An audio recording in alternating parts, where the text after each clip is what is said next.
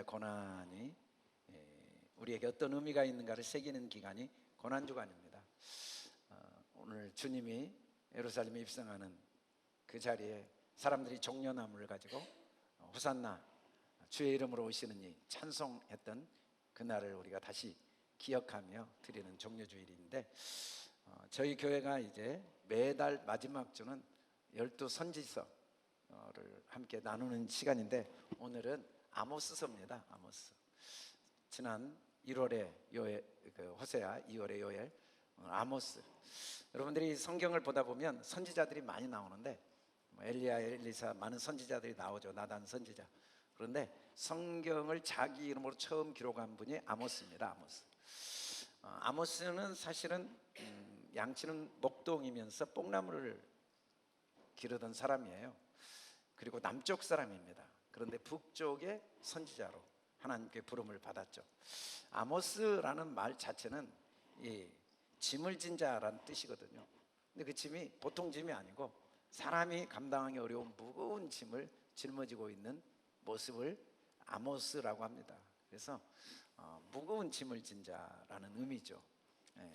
아인, 맴, 사맥이라는 이 세 그림 글자는 사전적으로는 무거운 짐을 지고 있다는 의미인데, 정말 무거운 짐을 지긴 했어요. 왜냐하면 아모스가 사역하던 시절이 BC 760년경 남쪽 유다나 북쪽 이스라엘이 굉장히 최정점에 이르렀던 부요하고 평안한 시기였습니다. 사실 솔로몬의 그 위대함은 말로 표현할 수가 없죠. 이스라엘 역사에서 솔로몬이 주변 나라를 다 자기 이스라엘과 평화조약을 맺게 했어요. 왕비가 700명이었거든요. 왜 왕비가 700명이냐면 주변 나라 모든 부족과 사돈관계를 맺었어요. 그리고 그 솔로몬이 정치적 안정을 이루어 왔으니까 후손들이 그때부터 솔로몬의 열매를 먹기 시작했죠. BC 930년부터. 물론 남북이 나눠졌는데도 불구하고 솔로몬이 이루어 놓은 그 평안과 샬롬, 평안과 그 강대한 나라의 축복을 후손들이 먹기 시작했어요. 그래서 경제적으로 너무 부유해졌죠. 최정점에 이른 시기였어요. 그때가 바로 아모스가 사역하던 때인데, 그런데 그때 하나님이 아모스에게 북이스라엘 가서 심판의 메시지를 전하라는 거야. 지진이 일어난다고 전하라는 거예요. 멸망받는다고 전하라는 거예요. 누가 그걸 받아들이겠습니까? 다 고웃음 칠 수밖에 없죠. 얼마나 지금 속된 말로 잘 나가고 있는데, 그런데 심판의 메시지를 전하라고 하니. 그런데 실제로 호세아 선지자 때 이제 하나님께서 이 고멜이라는 창기를 통해 하나님의 마음, 하나님의 사랑을 이야기하면서 끝까지 받아들이지 않는 그들이 BC 722년 약 40년 후에 북아수르에게 멸망당합니다. 아수르에게 멸망당한 모습은 역사적 사료들이 많이 남아있는데, 그때 그 모습이 얼마나 잔인한지 상상할 수가 없어요. 사람의 눈을 빼고 코를 자르고 손가락 사이에 온갖 꼬챙이를 끼우고 손발을 묶고 사람 가죽을 벗기고 말에 끌려가는 모습들이 사료로 남아있거든요. 그 정도가 아닙니다. 나라를 완전히 황폐하게 하기 위해서 완전히 이주를 시키고 그곳에 아수르 사람들이 와서 그 땅을 다 정복해서 민족을 없애버렸어요. 혼혈화, 혼혈민족을. 그렇게 잔인한 그 심판이 주어지게 되는 내용이 이제 실제로 일어나죠. 그러나 지금은 어떤가? 남쪽 유다도 너무 좋습니다. 지금은 BC 760년이 아모스가 사역하던 때, 그리고 북쪽 이스라엘도 너무 좋아. 여로보암 시대를 거쳐서 최고의 전성기를 누리는 시대. 그런데 참 신기하죠. 우리나라도 일제 시대를 겪었어요. 조선 시대에서 일제 식민 통치를 받았죠. 해방됐나 했는데 또 6.25를 겪었어요. 6.25의 그 참상은 말로 표현할 수가 없습니다. 그래서 보릿고개를 겪어야 했고, 그런데 나라가 강성해지는 과정에서 또 갑자기 IMF의 큰 위기를 겪었고, 또 좀 듣고 일어서는가 했는데 금융위기를 겪었고, 그런데 신기하게 그럼에도 불구하고 계속 우리나라가 굉장히 발전했죠.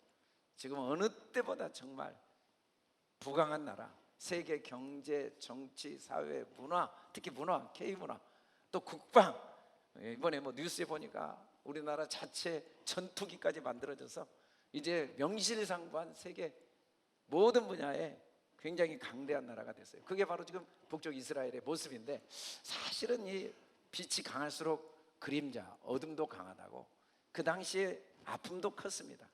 호화스러운 별장들이 너무 많았거든요.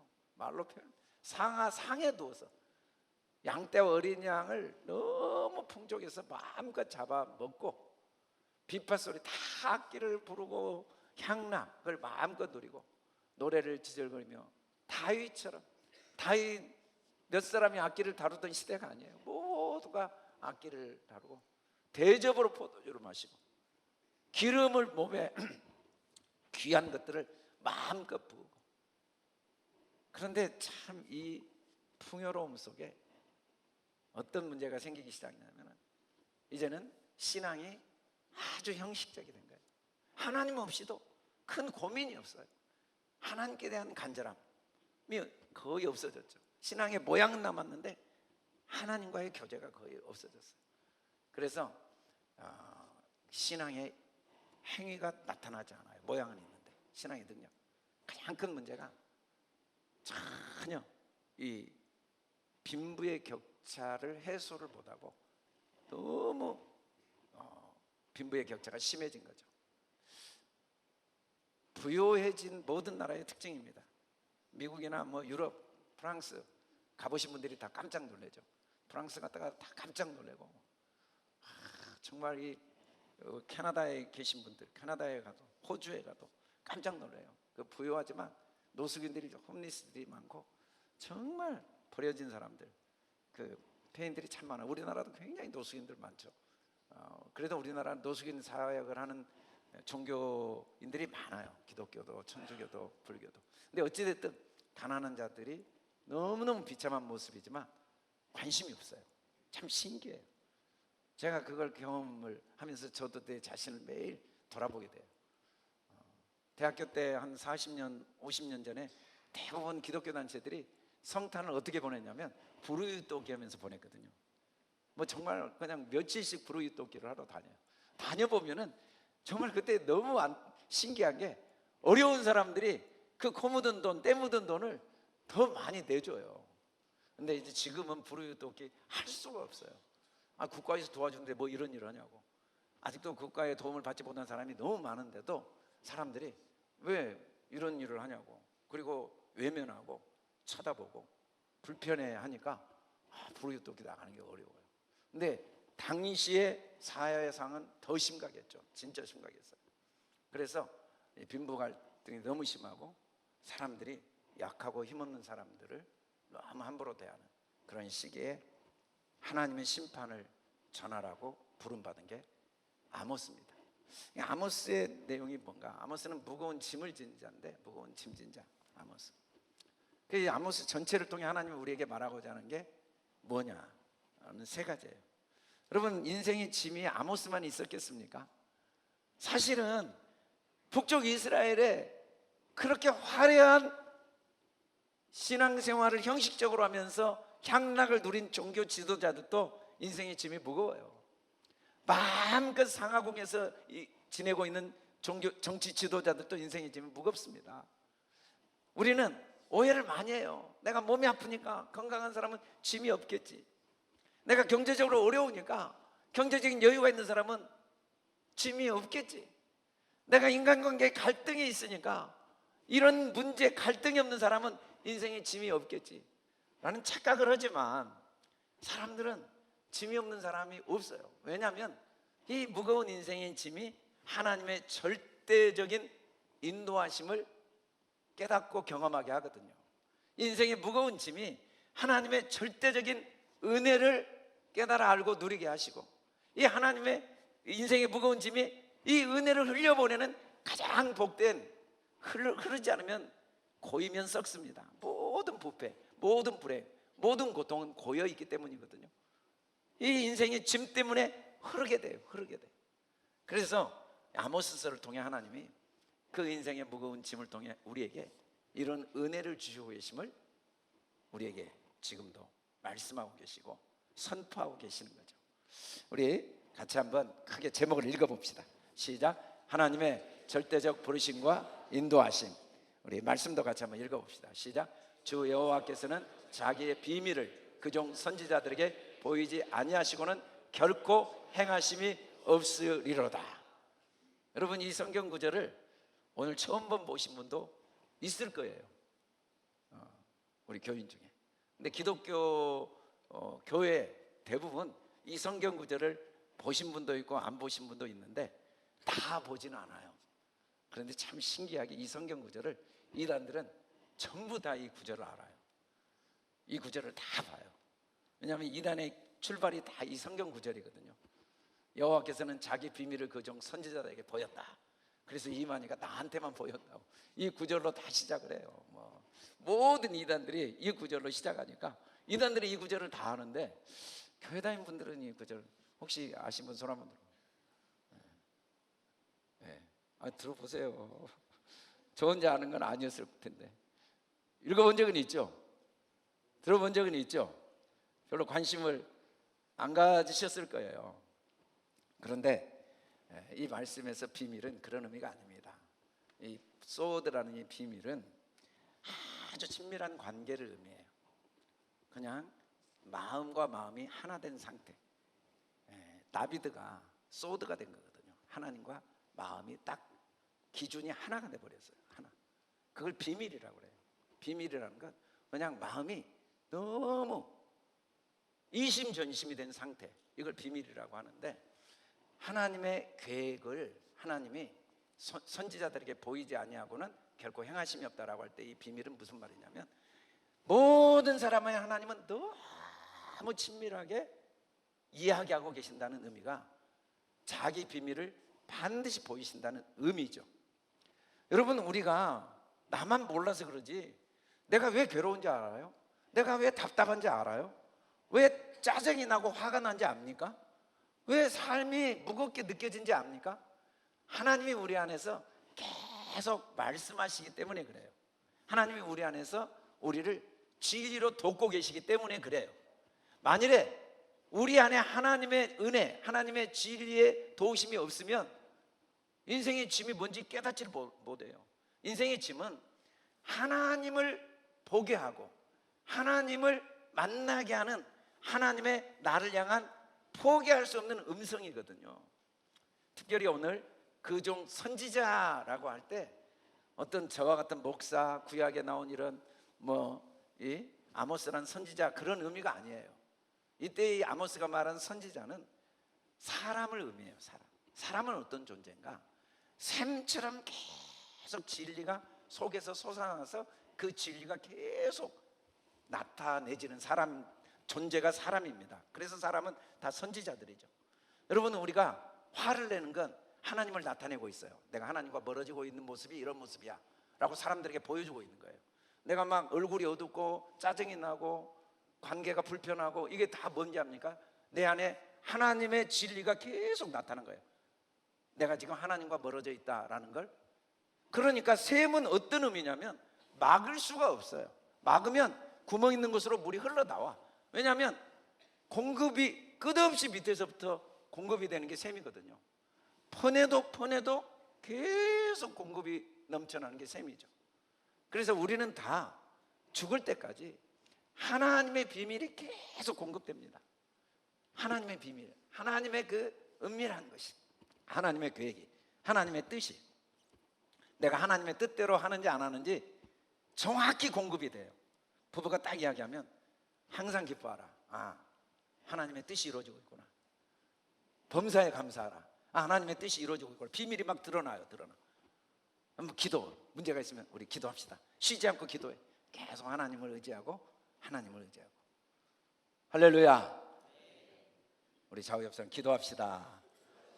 하나님, 이 예배가 성령님이 저에게 깨닫게 해주세요. 기도하고 앉아있는 분들은 성령님의 음성으로 들리겠죠. 저도 계속 기도하고 올라와요. 앉아서도 기도하고 설교하면서도 기도하고, 주님 성령으로 저를 도구로 사용해 주세요. 제 지혜로는 안 돼요. 제 능력으로는 안 돼요. 그러면 하나님이 나타나겠죠. 그런데 뭔가 답답해, 화가 나, 짜증이 나, 불평이 생겨. 문제가 아니라 막 기쁨이 없어, 감사가 없어. 이건 뭐예요? 내 안에 내가 하나님과 멀어졌다는 게 흘러나오는 거죠. 흘러나오는 거. 하나님은 계속 우리에게 내가 하나님과 어떤 관계인지를 쉬지 않고 알 수 있도록 우리를 돕고 계십니다.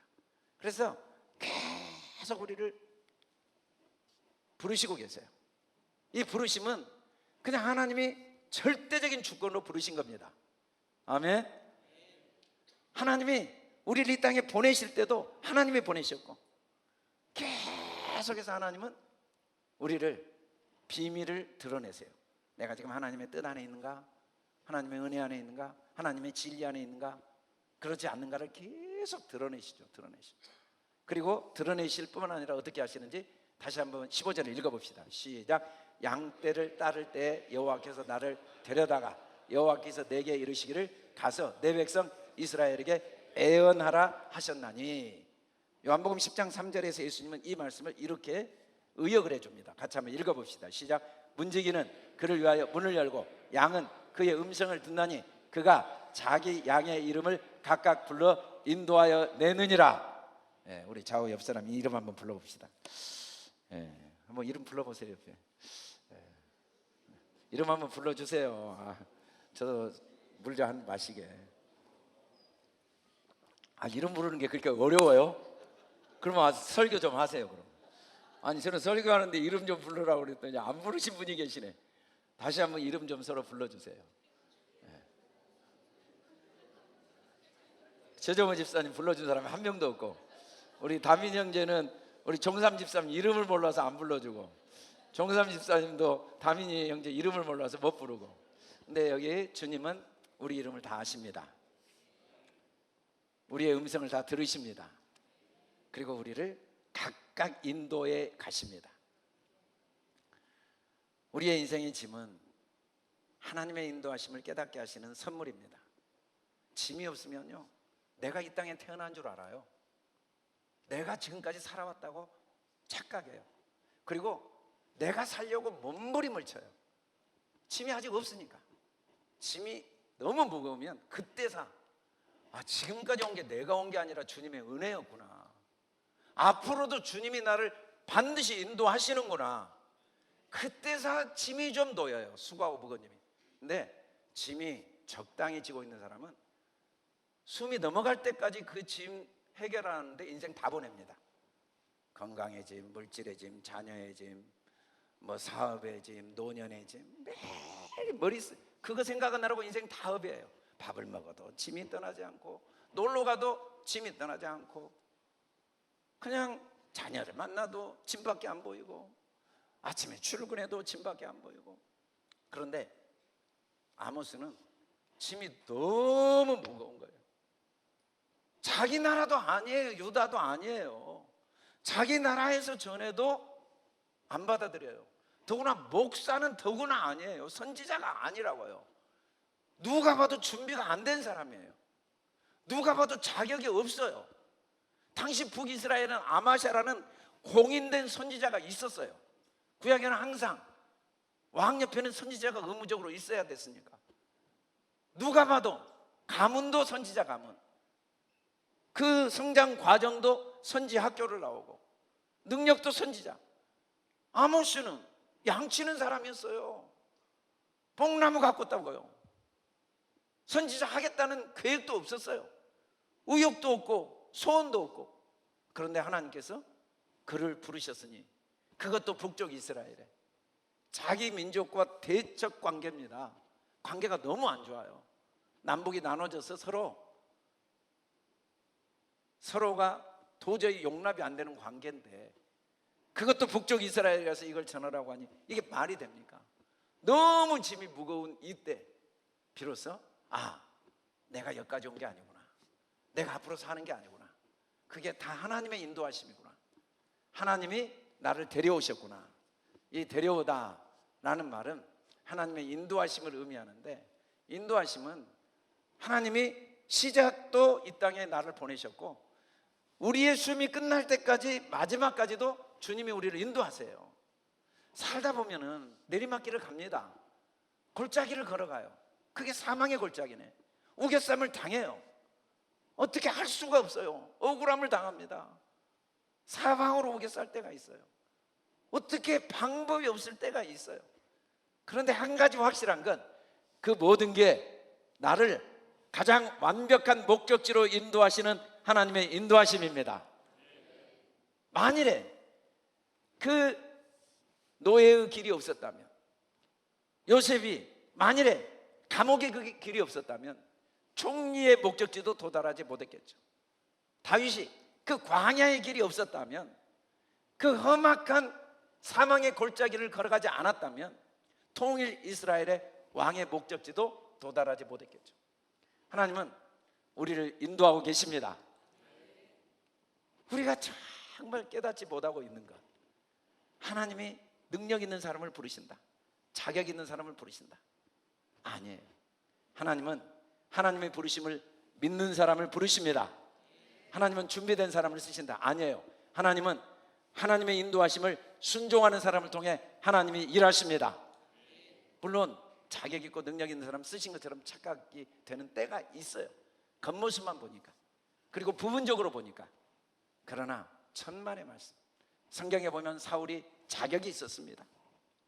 키가 컸고 모든 사람 앞에 준수했고, 그러나 자격 때문에 그가 쓰임받는 게 아니라는 걸 성경은 우리에게 교훈을 주고 있어요.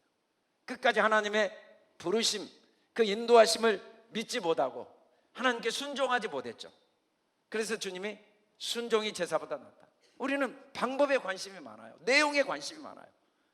어떤 거든지 하나님의 인도하심을 믿는 믿음을 갖기를 주님은 원하십니다. 주님이 여기까지 인도하셨습니다. 눈물이 납니까? 그 골짜기에 눈물의 빵을 먹고 있습니까? 이 짐이 도저히 벗어버리려고 아침부터 저녁까지 매일 고민하는데 벗겨지지 않습니까? 이 짐을 지고 가게 하신 분이 하나님이십니다. 그 짐을 책임지시는 분도 하나님이십니다. 그 짐을 통해 하나님은 또 다른 어떤 일을 하시는가? 우리 둘째 크게 한번 읽어봅시다. 하나님의 절대적인 은혜. 우리 11절을 같이 한번 읽어봅시다. 시작. 그날에 내가 다윗의 무너진 장막을 일으키고 그것들의 틈을 먹이며 그 허물어진 것을 일으켜서 예적과 같이 세우고. 그날이 어떤 날입니까? 최후의 심판의 날. 6, 7, 8장의 심판의 내용이 얼마나 무서운지 상상을 초월해요.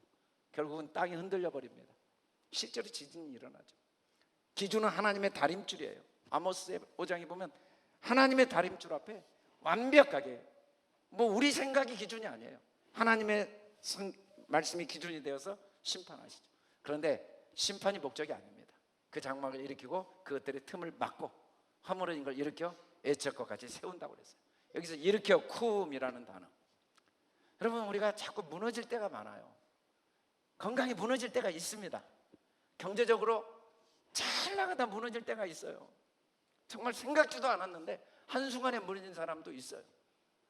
그리고 관계가 깨어져 버리고 무너지고, 심령이 무너지고, 정말 모든 게 다 이제 끝난 것처럼 느껴질 때가 있습니다.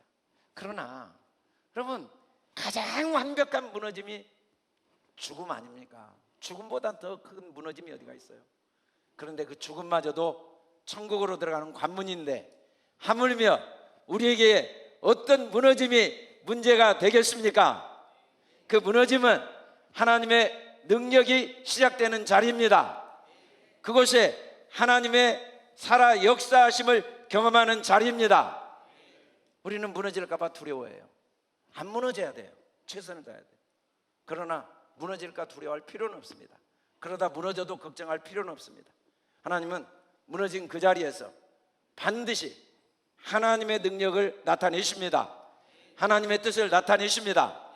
그래서 우리가 이 땅에 살면서 어떤 경우에도 소망이 없어질 수가 없습니다.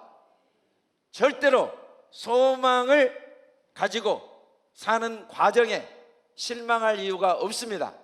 소망이 실망으로 바뀔 방법이 없습니다. 우리에게는 무너진 그 자리는 또 다른 하나님의 일하심을 경험할 절대 소망을 가진 하나님의 자녀들입니다. 특별히 오늘 주님은 일으키는 정도가 아니라 그곳을 세우신다고 그랬어요. 바니라는 이 세우신다는 말, 뭘 세울까? 바니라는 말은 우리 심령을 세워주십니다. 우리 속사람을 세워주십니다. 사람이 진짜 능력 있는 사람은 권력을 많이 갖고 부를 많이 갖고 지식이 있고 인맥이 있는 사람이 아니라 심령이 어떤 경우에도 흔들리지 않는 사람입니다.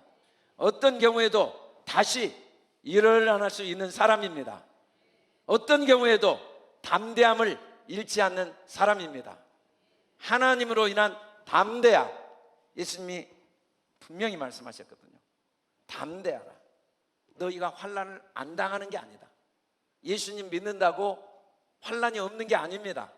예수님 아무리 잘 믿어도 제자들이 말할 수 없는 환난을 당합니다. 주님이 정말 사랑하시는데, 주님 앞에 정말 온전한 믿음과 순종으로 사는데도 환난은 왔습니다. 아브라함도 이삭도 야곱도 요셉도 다니엘도 모세도 예수님의 12 제자들도. 그러나 차이가 뭡니까? 담대한 거예요. 시편 73편에서 기자가 깜짝 놀랍니다. 하나님, 어떻게 악인이 이렇게 형통합니까? 정말 있을 수 없는 이 안타까움, 아픔. 그런데 깜짝 다시 놀랍니다. 악인들은 환난의 때 한순간에 무너지는 거예요. 그 의지했던 돈이 없어지면 한순간에 무너지고, 그 의지했던 권력이 없어지면 한순간에 무너지고, 그 의지했던 건강을 무너지면 한순간에 무너지는데, 그가 성소에 들어가서 알게 됐습니다. 의인은 온갖 비바람과 환난이 와도 하나님의 은혜로, 하나님의 절대적인 은혜로 담대함을 갖고 흔들리지 않고 무너지지 않는 모습을 보게 된 겁니다. 그리고 내가 주의 성소에 들어가서 깜짝 놀라고 이제서 알았습니다. 하나님이 정말 우리에게 주시기를 원하시는 건 담대함입니다. 무엇으로 인한? 하나님의 은혜로 인한. 깨닫질 못해요. 내가 얼마나 은혜 받은 자인가. 경험하지 못해요. 내가 얼마나 은혜 속에 살아왔는가. 인생의 짐이 오고 한계에 도달할 때 그때서 내 손가락 하나 움직일 수 없을 그때서 깨닫는 안타까움이 있죠. 하나님의 아모스서를 통해 인생의 무거운 짐으로 내가 아무것도 할 수 없을 때서 깨닫는 은혜가 아니라 오늘 내 삶이 오직 하나님의 은혜임을 작은 짐 속에서도 큰 은혜를 깨닫기를 원하십니다. 하나님은 우리를 이렇게 세우시는 정도가 아니라 15절에서 뭐라고 하는지 같이 읽어봅시다. 시작. 내가 그들 땅에 심으리니 그들이 내게 준 땅에서 다시 뽑히지 아니하리라. 내 하나님 여호와의 말씀이니라. 절대 뽑히지 않게 하시는 하나님. 다시는 뽑히지 아니하라. 왜? 심어버리니까. 이 가타라는 이 단어는 끝도 없이 은혜가 공급되어지는 상태 같아. 그러니까 나무가 깊이 뿌리를 내리고 있으면 때가 문제가 아닙니다. 가뭄이어도 괜찮아요. 홍수 때만 괜찮고 비가 많이 내릴 때만 괜찮은 게 아니라 깊이 심어져 있으면 아무리 가뭄이 오고 비바람이 와도 괜찮습니다. 아무리 흔들려도 괜찮아요. 뿌리가 깊이 내려 있으니까 다시 제자리를 찾고 오히려 그 비바람을 통해 더 단단해지고 더 견고해지죠. 하나님은 우리 삶에 일어나는 모든 사건과 상황을 통해 때마다 신기한 은혜를 주십니다. 때마다 돕는 은혜를 주십니다. 그래서 우리의 삶이 가장 복된 삶, 흔들리지 않는 은혜를 누리기를 원하십니다. 우리는 상황을 바꾸기를 원해요. 바꾸면 뭐예요? 상황에 따라 계속 흔들리는데 좋으면 좋아서 또 걱정하고 안 좋으면 안 좋아서 걱정하고 일이 뜻대로 되면 뜻대로 돼서 또 교만해지고 뜻대로 안 되면 뜻대로 안 돼서 낙심하고 좌절하는 이 모습이 무슨 의미가 있겠습니까? 잘 되면 잘 돼서 인색해지고 교만해지고 완악해지고 높아진 마음에 무슨 천국이 있겠습니까? 그러나 하나님의 은혜의 뿌리가 깊어지면 잘 되면 그 은혜가 다 속에서부터 솟아나와서 은혜를 흘려보내고, 안 되면 다 이전에 깨닫지 못했던 은혜를 찾아내기 위해서 몸부림을 치는 거죠. 그게 바로 십자가 아닙니까? 여러분, 예수님의 십자가 앞에 사람들이 얼마나 완벽하게, 그 적나라하게 그들의 죄가 다 드러났습니까? 십자가에 못 박힐 때 그렇게 호산나 하던 사람들, 그렇게 죽은 자를 살린 주님을 보고 주라고 고백했던 사람들, 그렇게 눈이 뜨고 굶주린 자들이 5천 명이 먹었던 자들이 그 입으로 십자가에 못 박으라고 하고, 그렇게 주님을 주라고 고백했던 자들도 절망과 시리에 빠져서 제자들마저 도망가고, 우리 인간의 죄가 십자가 앞에 다 드러난 거죠. 내가 무슨 죄를 지었습니까? 그러면 왜 주님이 십자가에 벌거벗김을 당해야 됩니까? 내가 뭘 그렇게 잘못했습니까? 그러면 왜 죄 없으신 주님이 온몸에 채찍으로 갈게갈게 찢겨야 됩니까? 내가 뭘 그렇게 문제가 많습니까? 왜 그러면 내 주님의 손과 발이 그렇게 대못에 박혀야 되겠습니까? 내가 아는 모든 손들이 얼마나 악하고, 내가 걸어온 길이 얼마나 교만의 길이고, 내 삶이 얼마나 추하고 더럽고 상처와 아픔을 주고 고통을 주는 삶이었는지 나만 모르는 거죠. 내가 받은 게 상처밖에 없는데 내 아내한테, 내가 받은 게 상처밖에 없는데 내 남편한테, 내가 이 세상에, 내가 정말 이 험악한 세상 혼자 살려고 발부둥치고 내가 세상에 받은 게 뭐가 있어 라고 착각하지만, 십자가 앞에 설 때 우리 죄는 다 드러나죠. 그러나 하나님은 오히려 그 많은 문제들 통해, 그 연약함 통해, 그 상처를 통해 우리에게 하나님의 한량없는 은혜, 도저히 감지가 안 되는 은혜, 도저히 설명이 안 되는 은혜를 부어주신 줄 믿습니다. 사람이 너무 소리가 크면 안 들려요. 거리가 너무 멀면 눈으로 볼 수가 없어요.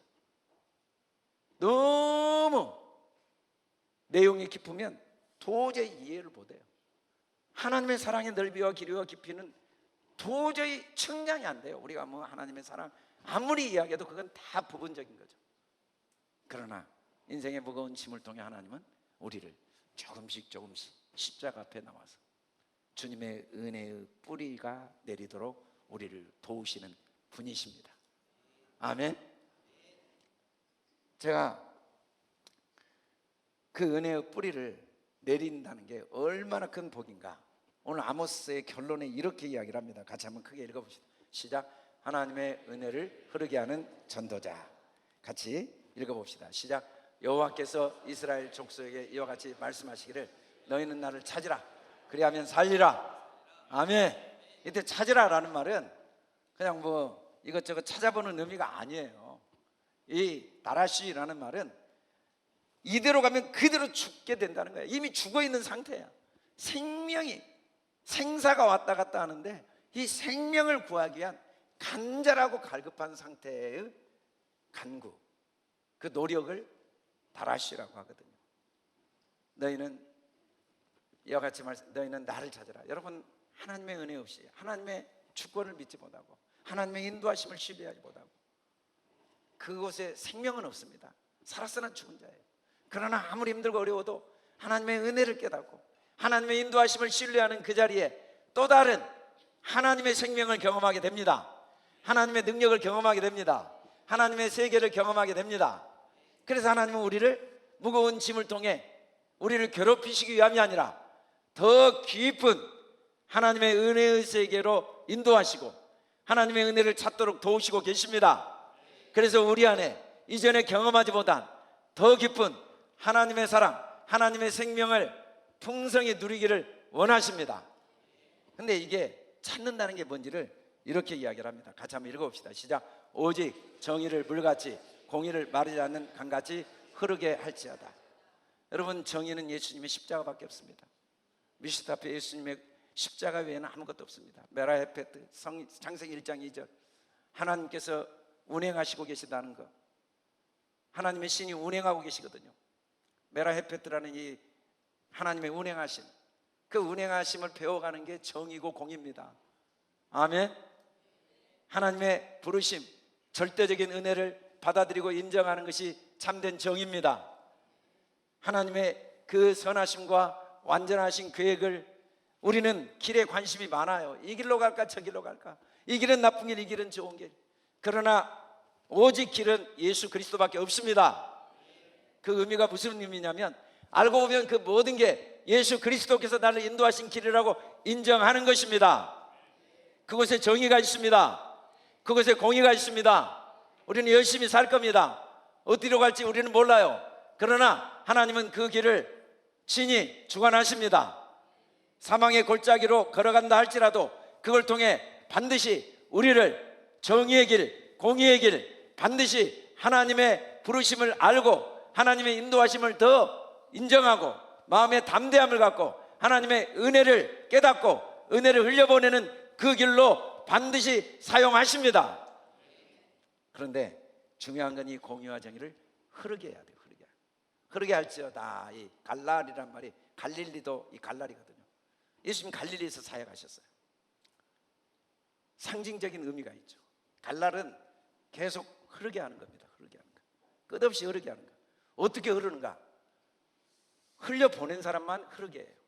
이 세상의 모든 생물체는 흐르면 무조건 건강하고 무조건 풍성해집니다. 막히면 무조건 점점 쇠해지고 점점 부패하고 점점 생명을 잃게 됩니다. 그래서 주님은 우리를 위하여 흐르기를 원하십니다. 우리를 위해 더 사랑하기를 원하십니다. 더 용서하기를 원하십니다. 더 축복하기를 원하십니다. 더 이해하기를 원하십니다. 더 감사하기를 원하십니다. 더 기뻐하기를 원하십니다. 저는 예수님 믿기 전에 이 흐르게 하는 일을 하는데 반대에 섰어요. 누가 전도한다, 가장 반대했고, 예수님 믿는 사람도 싫어했지만 전하면은 정말 분노를 많이 했어요. 그런데 하나님께서 그 심판의 자리에서 저를 구원해 주시더라고요. 하나님이 은혜를 주시더라고요. 그리고 난 다음에 이 은혜를 계속 흘려보내는 삶을 살게 하시면서 한 게 아무것도 없는데, 정말 부족하고 연약한데 하나도 후회가 없는, 아쉬움도 없고 미련도 없는 열매를 맺는 삶을 살게 하셨고, 앞으로도 저는 아쉬울 게 하나도 없는, 후회할 게 하나도 없고 억울할 것도 없는, 어쩌다 내게 이런 은혜를 주셨을까? 그런 은혜를 받게 하셨어요. 그 은혜가 뭡니까? 오늘 우리가 본 영상에서 조한이도 마찬가지입니다. 아니, 친구가 와서 주님이 오신 목적이 생명을 풍성케 하는 거대, 이렇게 누워있게 하는 게 생명을 풍성케 합니까? 그런데 아무도 나를 이해하지 못한다고 생각할 때 자기는 사고로 이렇게 누워있지만 죄 없으신 주님이 왜 손발이 바뀌었는가? 나보다 더 비참하게 누워있는 주님을 통해서 하나님의 은혜를 깨닫게 되죠. 나 때문에 죄 없으신 주님이 그 발이 묶이고 그 손이 바뀌고 온몸이 처지게 마시죠. 그러면서 주님의 은혜를, 인생의 가장 무거운 짐을 통해 은혜를 머리로는 알았겠죠. 이전에 가슴으로 깨닫고 완전히 변화된 삶. 그래서 매 순간을 이 잠깐의 삶은 하나님을 위해 모든 걸 드릴 수 있는 유일한 기회다. 그래서 얼마나 저술가로서, 강연가로서, 장애인 봉사단체를 자기가 일어나 걸을 때보다 누워있게 된 후에 얼마나 위대한 일을 하게 됐는가를 우리가 영상으로 보게 된 겁니다. 저도 꽤나, 제가 25살 전까지는 괜찮은 사람이었어요. 아무도 아멘 안 하네.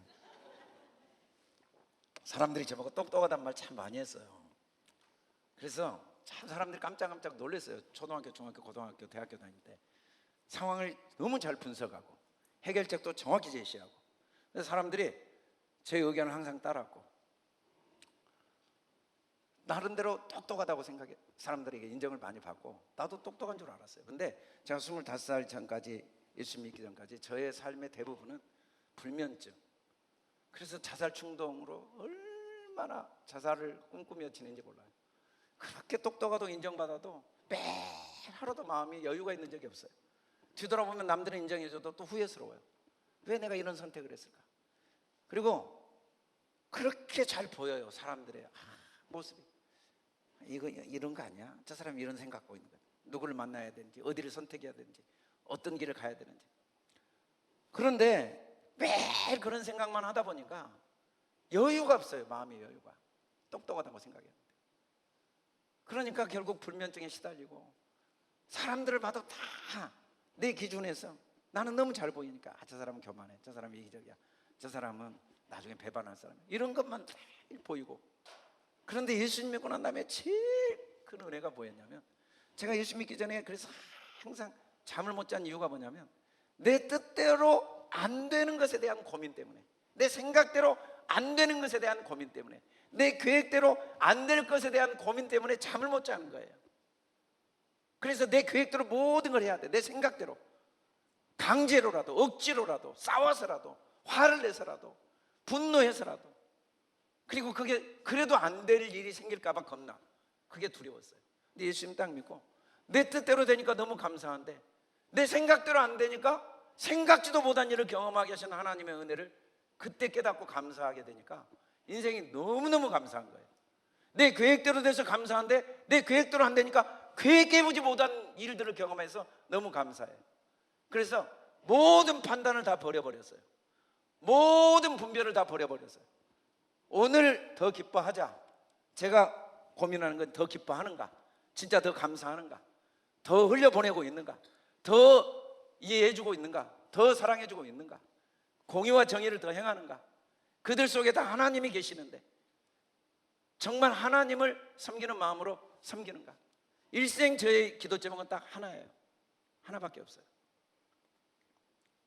세상은 철저하게 자기에게 유익이 되면 바로 존경을 표합니다. 자기보다 힘이 있고 영향력 있으면 바로 무릎을 꿇습니다. 자기에게 도움이 안 될 것 같다, 함부로 대합니다. 자기에게 유익이 안 된다, 반드시 거리를 둡니다. 그래서 얻은 게 뭐가 있냐? 그래서 항상 피곤한 인생을 사는 거예요. 그래서 고여있는 인생, 그래서 부패한 인생, 인생의 짐이 떠나질 않아요. 그런데 누구든지 그 자체, 그 안에 주님이 계시니까 이해가 안 되지만 내가 할 수 있는 것, 내가 할 수 없는 건 못해도 이해해주고 사랑해주고 존경해주고 축복해주고, 그런 능력이 점점 우리 안에 채워지는 게 최고의 축복입니다. 아멘. 그런데 그 축복은 흘려보내는 사람에게만 주어지는 하나님의 은혜인 줄 믿습니다. 주님이 왜 그렇게 모든 사람보다 행복하십니까?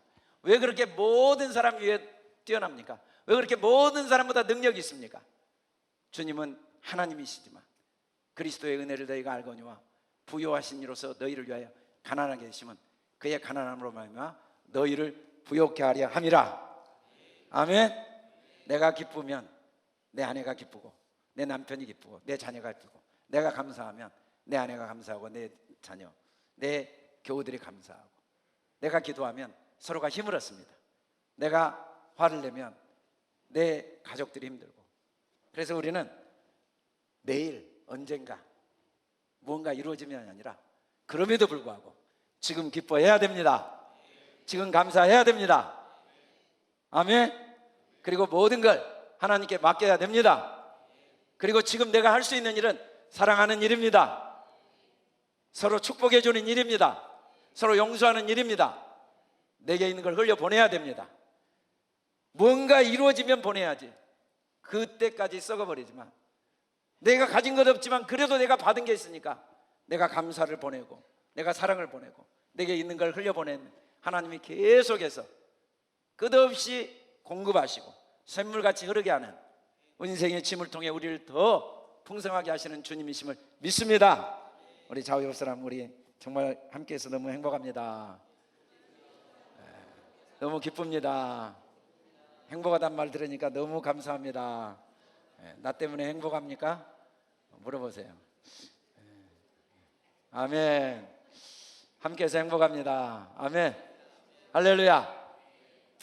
우리가 그래서 4월 21일 전도대, 여러분들이 이걸 행사로 생각하지 마시고 또 누구의 일로 생각하지 마시고 나를 하나님께서 이 짐을 주셔서 부르심의 은혜의 뿌리를 내리고 하나님의 은혜의 강물이 나를 통해 흘러가도록 하시는 선물임을 확신하고, 우리 한기교회는 전도하다가 하늘나라 갑시다.